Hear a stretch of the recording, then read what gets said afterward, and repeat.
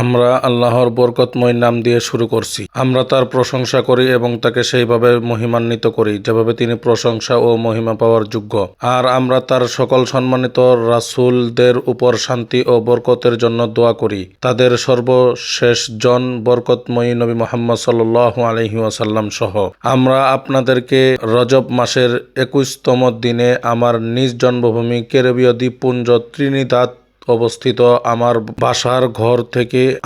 বসার ঘর থেকে সালাম জানাচ্ছি। আসসালামু আলাইকুম রহমতুল্লাহি ওয়া বারাকাতুহু। এবং আল্লাহ যেন আমাদেরকে রমজান পর্যন্ত পৌঁছে দেন এই দোয়া কামনা করছি। এই ভিডিওটি আপনাদের মনে করিয়ে দেওয়ার জন্য যে রমজান মাস একদমই কাছে। আমরা শীঘ্রই রজব মাস শেষ করতে যাচ্ছি। এরপর থাকবে শাবান মাস, তারপরেই চলে আসবে রমাদান। আর যদি আপনি আপনার জীবনে কখনো রমজান মাসে পুরো কুরআন আরবিতে তিলাওয়াত না করে থাকেন, তাহলে আমরা আপনাকে স্মরণ করিয়ে দিতে চাই আল্লাহ নিজে যেই ফরজ রোজা আমাদের উপর রমজান মাসে আরোপ করেছেন, তারপর রমজানে আমাদের নবী সাল্লাল্লাহু আলাইহি ওয়াসাল্লাম যে কাজটি সবচেয়ে বেশি করেছেন এবং আল্লাহ নিজেও যে কাজটি রমজানে মাসে করেছেন তা হলো শুরু থেকে শেষ পর্যন্ত পুরা কুরআন তেলাওয়াত করা, পুরা কুরআন শরীফ তেলাওয়াত করা। এটা কি আপনাকে নতুন করে মনে করিয়ে দিতে হবে? আপনি যদি জীবনে কখনো এটি না করে থাকেন, তাহলে কেন এই প্রথমবার চেষ্টা করবেন না? আপনি যদি আমার ছাত্রদের একজন হয়ে থাকেন কিন্তু অলস হয়ে থাকেন, আমার অনেক অলস ছাত্র আছে।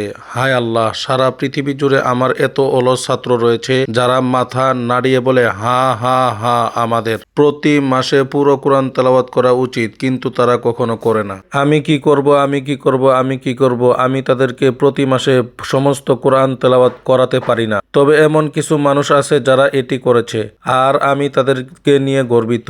আর আল্লাহর কসম, আমি আপনাদের বলছি, রমজান এবং রমজানের পর বছরের প্রতিটি মাসে শুরু থেকে শেষ পর্যন্ত পুরা কোরআন তেলাওয়াত করা থেকে আপনি অসাধারণ উপকার লাভ করবেন। কোরআন সেভাবে তেলাওয়াত করার পাশাপাশি যেভাবে আল্লাহ তাআলা নাজিল করেছেন, এবং আমি বর্তমানে যে বইটি লিখছি তা আপনাদেরকে কোরআন ও চাঁদ বিষয়ে নতুন তথ্য দেবে, যা কোরআনে যা আছে তার সঙ্গে যুক্ত হবে। কোরআন তেলাওয়াতের পাশাপাশি আরেকটি গুরুত্বপূর্ণ দায়িত্ব রয়েছে যা আমরা সাধারণত রমজান মাসে আদায় করে থাকি, আর সেটি হলো যাকাত আদায় করা। আমি প্রতি রমজান মাসেই আমার যাকাত আদায় করি, আর আমার যেসব ভাই বোনদের সঙ্গে আমার যোগাযোগ রয়েছে তাদের অধিকাংশই একই কাজ করে থাকে। আমরা রমজান মাসেই আমাদের যাকাত আদায় করি, তাই এখন আমি ঘোষণা দিচ্ছি যে আমি আর যাকাত বিতরণ করব না। সুতরাং দয়া করে যাকাতের জন্য আমাকে ইমেল পাঠাবেন না, কারণ আমি আর এই কাজটি করব না।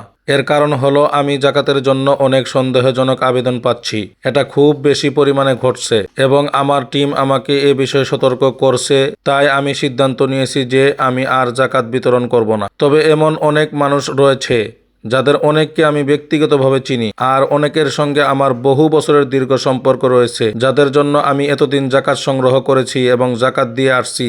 তাদের অনেকেই এখন সেই যাকাতের উপর নির্ভরশীল হয়ে পড়েছে।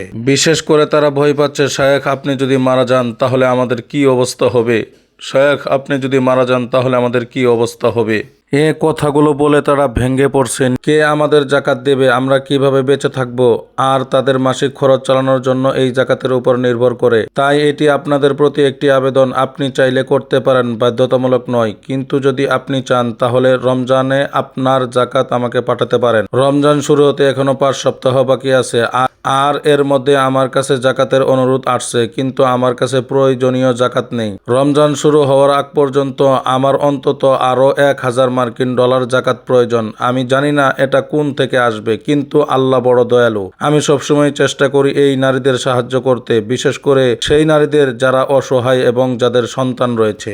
আপনারা অনেকেই খুব দয়ালু ছিলেন আপনাদের যাকাত পাঠিয়ে, আর এর মাধ্যমে আমি পৃথিবীর বিভিন্ন প্রান্ত থেকে এই নারীদের সহায়তা ও রক্ষণাবেক্ষণ করতে পারছি। সুতরাং আপনাদের প্রতি আমার আবেদন থাকবে এই যে, 1 নাম্বার, আসন্ন রমজান মাসে পুরা কোরআন তেলাওয়াত করুন, নিজেকে প্রস্তুত করুন। আমার বই কোরআন এন্ড দ্য মুন পড়ুন, যাতে আপনি জানতে পারেন কিভাবে কোরআন তেলাওয়াত করতে হয়।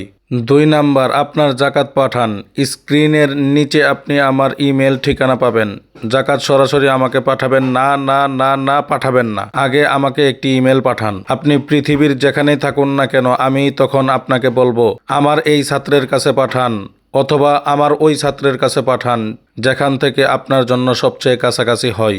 আর রমজানের যাকাত সেই সব মানুষের উপকারে আসবে সত্যি খুব প্রয়োজনের মধ্যে রয়েছে, অভাবের মধ্যে রয়েছে, এবং নারী সন্তান, অনেক নারী সন্তান রয়েছে যারা অভাব অনটনের মধ্যে রয়েছে। তাদের সন্তানদেরকে তারা কিছু কিনে দিতে পারছে না, তাদের সন্তানদেরকে তারা কিছু ভালো কিছু খাদ্য দিতে পারছে না। অনেক মা বোন রয়েছে যারা নিজেরা অনেক ভালো কাপড়, যারা নিজেরা কাপড় পরিধান করতে পারছে না, যারা নিজেরা 3 বেলা খাবার জুটছে না, যাদের এই অসহায় মা বোনদের পৃথিবীর মধ্যে অনেক রয়েছে। এই অসহায় মা বোন, তাদের উপর যেন কিছু হালকা সাহায্য সহযোগিতা করা যায়। এই জন্য আপনার উপর যে ফরজ জাকাত, এই জাকাতটুকু আপনি অবশ্যই পৃথিবীর যে কোনো প্রান্তে, যেখানেই অভাব, গরিব, দুস্থ, সকল সাহায্য, পৃথিবীর যে অঞ্চলেই অভাব, দুস্থ, গরিব মানুষ থাকুক না কেন, সকলকে আপনি জাকাতের মাধ্যমে, আপনার ফরজ জাকাতের মাধ্যমে অর্পণ করে তাদেরকে আপনি সাহায্য সহযোগিতা করবেন ইনশাআল্লাহ।